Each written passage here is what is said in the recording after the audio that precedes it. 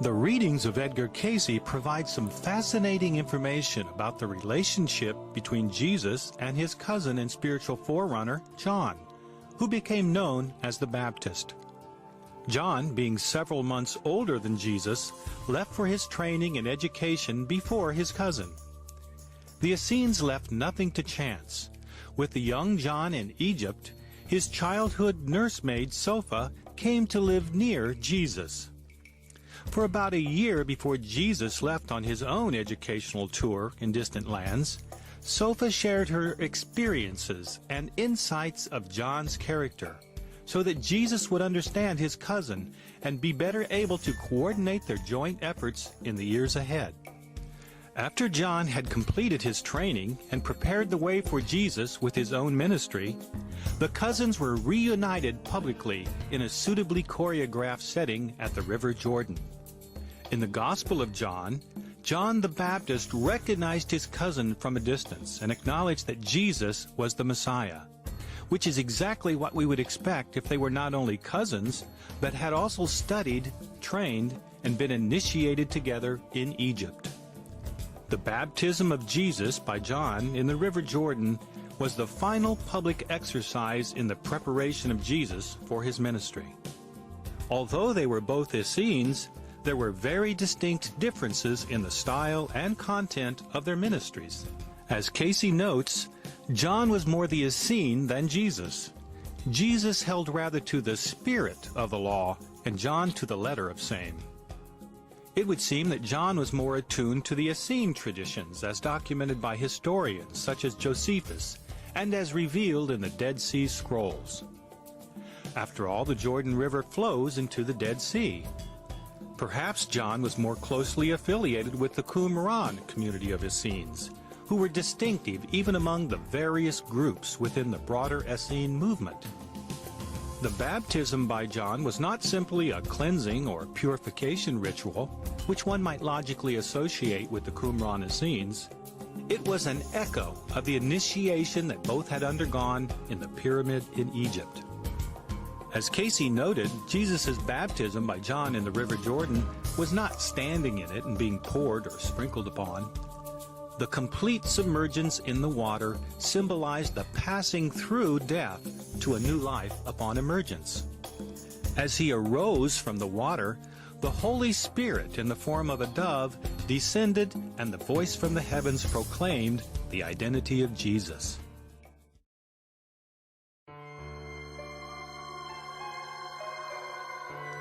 The Gospels inform us that after his baptism by John in the River Jordan, Jesus went into the wilderness for 40 days of prayer, fasting, and temptation. Jesus passed each test and emerged from the wilderness ready to begin his ministry. When asked about the temptation of Jesus following his baptism by John, Cayce noted that Jesus went into the wilderness to meet that which had been his undoing in the beginning. This will take a bit of explaining, so let's try to grasp exactly what Cayce meant with the phrase, his undoing in the beginning. In Cayce's cosmology, souls were created to be companions and co-creators with the Source. As the Bible confirms, we are gods in the making. Not the God, but gods in the making. It's a developmental process by which we learn to know ourselves to be ourselves, and yet remain one with God. We are to have a separate sense of self and yet remain connected to the Source. The problem is that in the beginning something went wrong. There was rebellion against the divine plan. Some souls rejected the proposed relationship and sought to make of themselves the God. The original rebellion occurred in spirit and only later manifest in the earth plane. This is where the concept of reincarnation comes into play. The Cayce readings state that the first earthly manifestation of the soul that incarnated as Jesus was called Emilius on the sunken continent of Atlantis. As Emilius, the elder brother fell short and used the gift of the Creator, his will, in a selfish manner, causing souls to become more entangled in flesh bodies, more separated from their divine source. As a correction to this error, from the realm of spirit, Aemilius projected thought-form bodies into the earth in several locations and inhabited one of these forms. This is the personality we know as Adam in the book of Genesis. As the story goes, Adam fell short of perfection as well. When he was asked when Jesus first became aware that he would be the Savior of the world, Casey responded, "When he fell in Eden." Or to put it another way, as in Adam all die, so in Christ all is made alive. Thus these trials in the wilderness were a personal challenge to the soul of Jesus, to ensure that he could resist these temptations as he assumed the work of his ministry. The theme running through each of the temptations cited in the Gospels is that Jesus has to set aside his own will. He had to overcome selfishness. He had to let go of ego and assume his rightful position as co-creator with the source. This is the ultimate test for each person who follows the example of Jesus. I realize that this is a lot to digest, especially if you are unfamiliar with the Casey readings. I have created a video that addresses Edgar Casey's cosmology for those who wish to learn more about how souls became involved in earthly lives, in patterns of soul development that we call reincarnation. In the series of earthly incarnations, that is the personal history of each soul, each individual is tempted and tested, much as Jesus. We must each face our own inner demons of selfishness.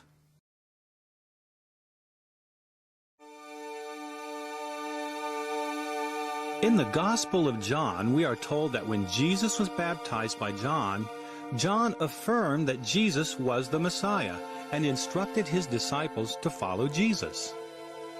Two of John's disciples, Andrew and Philip, took his advice. Accounts in the other Gospels have Jesus recruiting Andrew and Philip and the others in Galilee, with no mention of John the Baptist or previous encounters at the Jordan. The readings endorse the account in the Gospel of John and go further by indicating that when Jesus went into the wilderness after being baptized by John, Andrew remained close and kept in touch with his new master. Casey gave a reading for a man whom Casey identified as having a past life as Andrew, the disciple of Jesus. As Andrew, he was the second in a family of 4. In early childhood, he was rather willful. When he grew up, he became a fisherman like his parents and older brother. When John the Baptist began his ministry, Andrew became a convert and then a disciple of John. Casey's account also states that when Andrew followed Jesus north to Capernaum on the northwest coast of the Sea of Galilee, it was he who recruited his brother Simon Peter to follow Jesus as well. The differences in the personalities of Andrew and Peter were notable. Casey gave a reading for a man who was identified as one of the 70 missionaries recruited and sent out by Jesus a little later in his ministry. This man, in the name of Elias, was a friend to both Peter and Andrew, although he leaned more toward the staid Andrew than the boisterous Peter. Casey said he argued with Peter and reasoned with Andrew. There is a tendency to think that most of Jesus' disciples were poor. Edgar Casey says, not true. For example, the family of Zebedee were not strictly fishermen. Rather, they were in the fishing business as wholesalers. So when Jesus passed by and saw James and John with their father Zebedee apparently mending nets, they were actually supervising and reasoning with employees who were doing the manual labor. Thus John and James, the sons of Zebedee, and Matthew the publican, were rather well-to-do and closely associated with those in authority. Peter and Andrew were laborers that worked for Zebedee and his sons. Casey notes that even the family of Jesus, being kinsmen of the Zebedees, were not poor. Whereas most of the disciples recruited by Jesus were from the northern region of Galilee, Judas Iscariot was from the southern area of Judea. This geographical difference also signifies differences of opinion about how the Messiah will fulfill the prophecies. a theme that we will revisit in a later section. With regard to reincarnation, the Casey readings indicated that Jesus' disciples were part of a broader pattern. The woman who in a past life was Ruth, the sister of Jesus, was told that many of the disciples and associates from her Palestine life had reincarnated and could be known to her if she sought them out. Andrew, Bartholomew, and Jude, her former brother, were alive, she was told. John the Beloved was not yet reincarnated, but could be soon. Even Judas Iscariot was incarnated, although Casey recommended that she not seek him out. Thus, reincarnation is not random or haphazard. Souls tend to incarnate in groups in periods of history where they can work out their karma together. So it was with these souls who incarnated during the life and times of Jesus. They had been together before and returned later, many during the early 20th century where they received readings from Edgar Casey.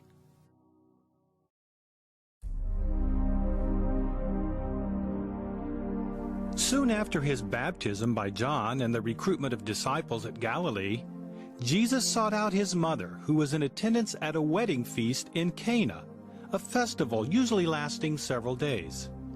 The bride, who was also named Mary, was a daughter of the cousin of Jesus' mother, an unnamed younger sister of Elizabeth.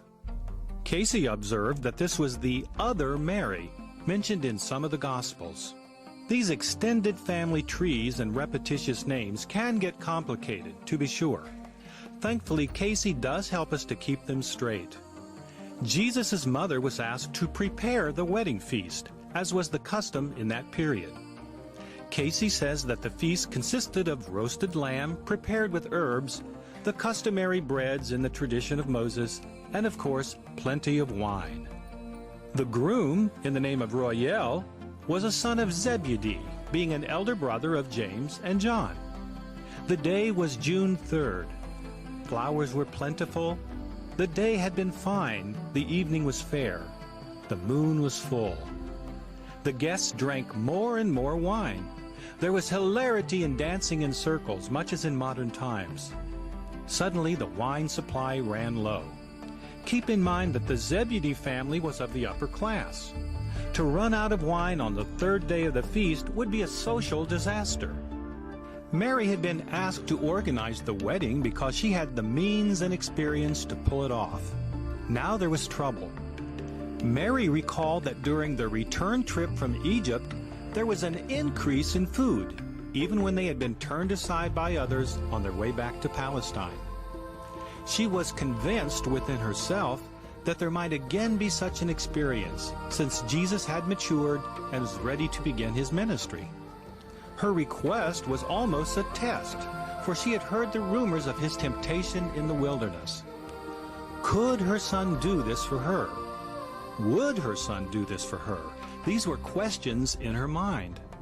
We are reminded of this in John's Gospel, where Jesus says to his mother, "Woman, what have I to do with thee?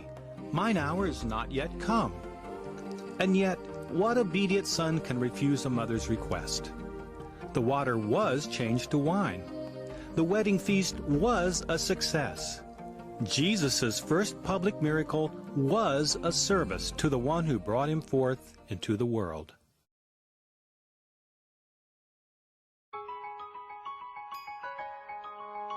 Casey notes that Jesus' trusted disciple, Andrew, was the one often given the greater physical work to carry out.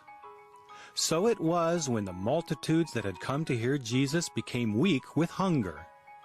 It was Andrew who was told to provide some food. The resourceful Andrew managed to procure the 5 loaves and 2 fishes from a friend of his son. Casey gave a reading for the lad who provided the loaves and fishes. He said that the lad was often too careful as to preparations. In this particular instance, it worked out well for everyone. For his role in this miracle, the boy was reminded of his thoughtfulness and generosity for the rest of his life. Jesus multiplied this meager amount into baskets of food to feed the multitude. The same process he had used on the return trip from Egypt. and changing water to wine at the wedding in Cana.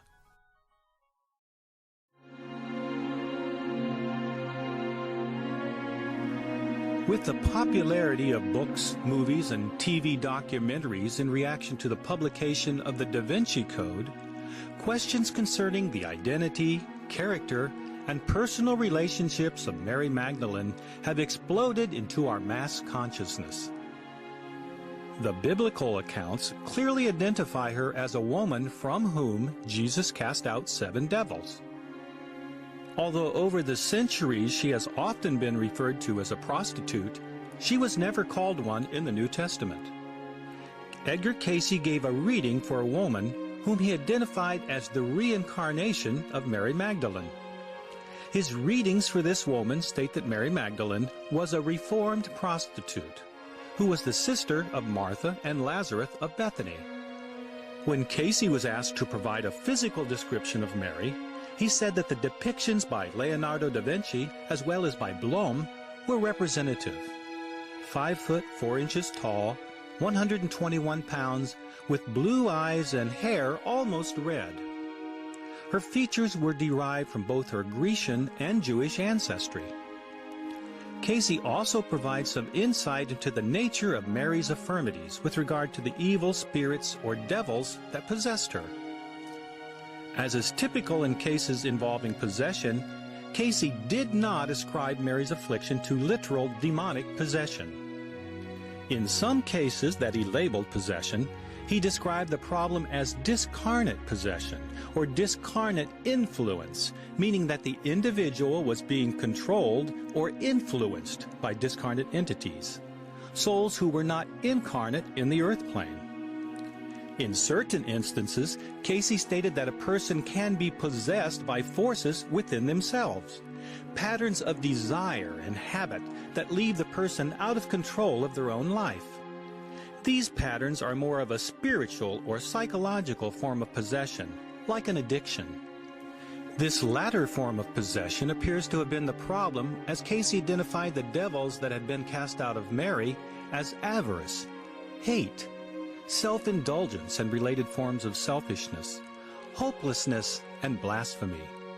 With regard to the prostitution question, Cayce informs us that some of the confusion surrounding her activities is clouded by multiple instances of adultery recorded in the Gospels. In this instance, the confusion arises from the questionings of some of the various groups active at that time, especially the Pharisees and Sadducees who sought to entrap Jesus. In both cases, there was an attempt to trick him into violating the law of Moses, which prescribed death by stoning for women found guilty of adultery.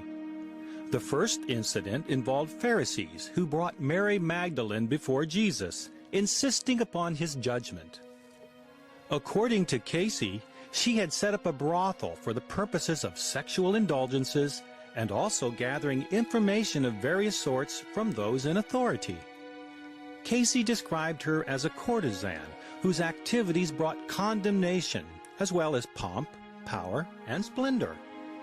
Her activity extended to Roman officials and important foreigners, as well as influential people native to Palestine.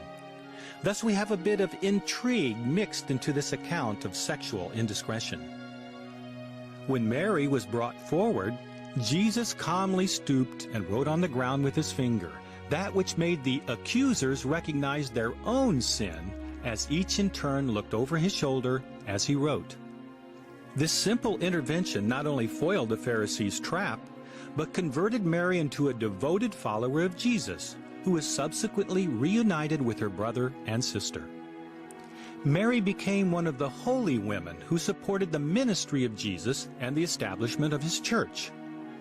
The second incident involved a woman caught in adultery with Roman soldiers. In this instance, the confrontation was provoked by Sadducees seeking to ensnare Jesus. Apparently, they were unaware that Jesus had already avoided this type of trap when he humiliated the Pharisees. As in the earlier episode, Jesus wrote on the ground with his finger. This time it was Medi, Medici, or mercy and not sacrifice. Then he said, Let him that is without sin cast the first stone. This episode was yet another humiliation for the religious authorities, who would eventually get their wish. This elaboration involving the two adulterous women is another example of how Casey's interpretation of the Akashic records can help clarify issues raised in the Gospel that are relevant to modern discussions on these topics. By the way, Casey was explicitly asked if Mary, the sister of Martha, was a sweetheart of Jesus. Casey replied, no.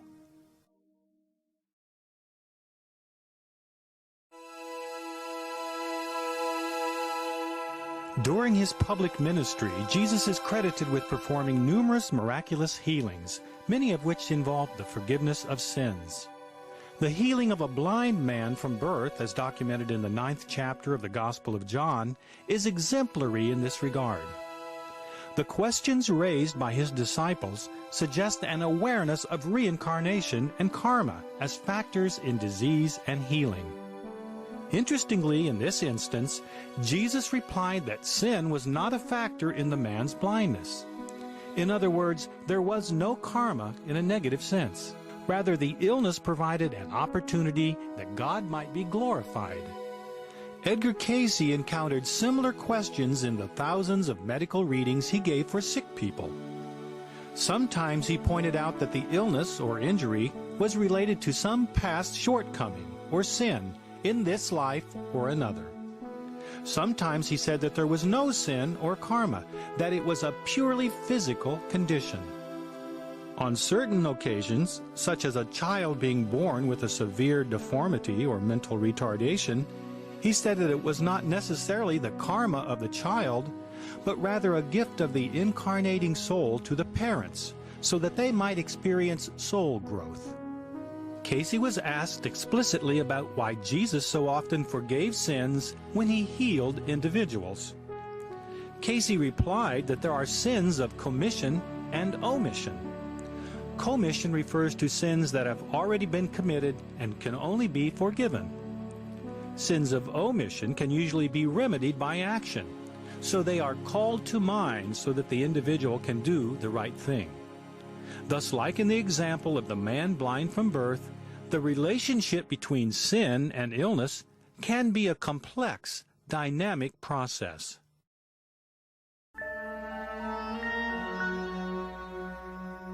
Nicodemus the Pharisee was one of the few members of the Jewish high court, the Sanhedrin, who was sympathetic to Jesus. The Gospel of John tells us that he first visited Jesus at night to learn of his teachings. Jesus told him that he must be born again if he wanted to see the kingdom of God. Later, Nicodemus advocated for Jesus when his fellow Pharisees sought to have Jesus arrested during the Feast of the Tabernacles. The third instance that calls attention to Nicodemus in John's Gospel is when he assisted Joseph of Arimathea in preparing the body of Jesus for burial after the crucifixion. Although Edgar Casey did not give any readings for the individual who was Nicodemus in John's Gospel, he did discuss the teachings of Jesus that were so difficult for Nicodemus to grasp. Keep in mind that Nicodemus was a high Pharisee who would have been knowledgeable of Mosaic law and Jewish traditions. In rebuking Nicodemus, Jesus is calling attention to a failure to consider the admonition to be born again within the context of those laws and traditions. When asked about this incident, Casey says that Jesus, a scholar of the Scriptures, is referring to the concept of spirit being born through flesh. As a parallel, Casey uses the example of Moses, who lifted the rod and parted the waters so that the children of Israel could pass through. This was a transition from the bondage in Egypt to the new life on the other side. Being reborn in this context is the freeing of spirit from its bondage in the flesh body, yet remaining in the earth. Thus the soul can manifest the fruits of the Spirit in soul growth while yet in a physical body, in a material world. Another difficult saying that Jesus gave to Nicodemus is that no man hath ascended up to heaven, but he that came down from heaven, even the Son of Man, which is in heaven. The simple explanation here is that Jesus was in heaven before being born to Mary. With death, he will ascend back from whence he came. The deeper interpretation, which he wanted Nicodemus to grasp, is that every soul is descended from heaven, or the realm of spirit. Each soul, including the soul of the questioning Nicodemus, will eventually make its descent back from which it came. This is a process that Casey referred to as the involution and evolution of the soul. Being reborn in spirit is a crucial step in the soul's evolution back to its source. In addition to these metaphysical explanations of Jesus' teachings expounded to Nicodemus, Edgar Casey provided some fascinating supplemental details on the companion of Nicodemus, a woman named Martha. One of the first of Jesus' healings during his public ministry was that of Peter's mother-in-law. Casey states that Peter's mother-in-law had a younger sister named Martha. Thus this Martha, daughter of Sophia and close relative of the disciple Simon Peter, first became personally acquainted with Jesus. Martha was an Essene. As such, she had some awareness of the mission of John the Baptist and Jesus. She had been a childhood playmate of Judy, who would become the first woman leader of the Essenes at Mount Carmel. With the healing of her sister, Martha became totally committed to Jesus' teachings and joined the holy women who supported the ministry of Jesus and the founding of the early Christian church. This Martha, daughter of Sophia, stood at the right hand of the mother of Jesus during the crucifixion. Although somewhat shy, she was a beacon of kindness, gentleness, patience, persistence, and brotherly love, the fruits of the Spirit, qualities that carried over into her 20th century incarnation, in which she received readings from Edgar Casey. Martha also had talents with regard to color and fabric. When she heard that Jesus and his cousin John were in Egypt taking their final initiations, she imagined how each should be dressed when they returned to Palestine to take up their prophesied positions of power. With the healing of Martha's sister from a terrible fever, both she and Nicodemus were greatly impressed. Martha began weaving a robe for Jesus. The garment was of one piece with a hole in the top for the head. The color was pearl gray. Nicodemus presented Martha's robe to Jesus after he raised from the dead the son of the widow at Nain. After Nicodemus met with Jesus at night, as described in John's Gospel, he had to re-evaluate his relationship with Martha. Until that time, Martha was more of a servant than a full marriage partner. The relationship shifted to one of equality, in keeping more with Martha's Essene upbringing. However, Nicodemus never completely accepted the teachings of the Essenes, which Martha sought to exemplify in her daily activities.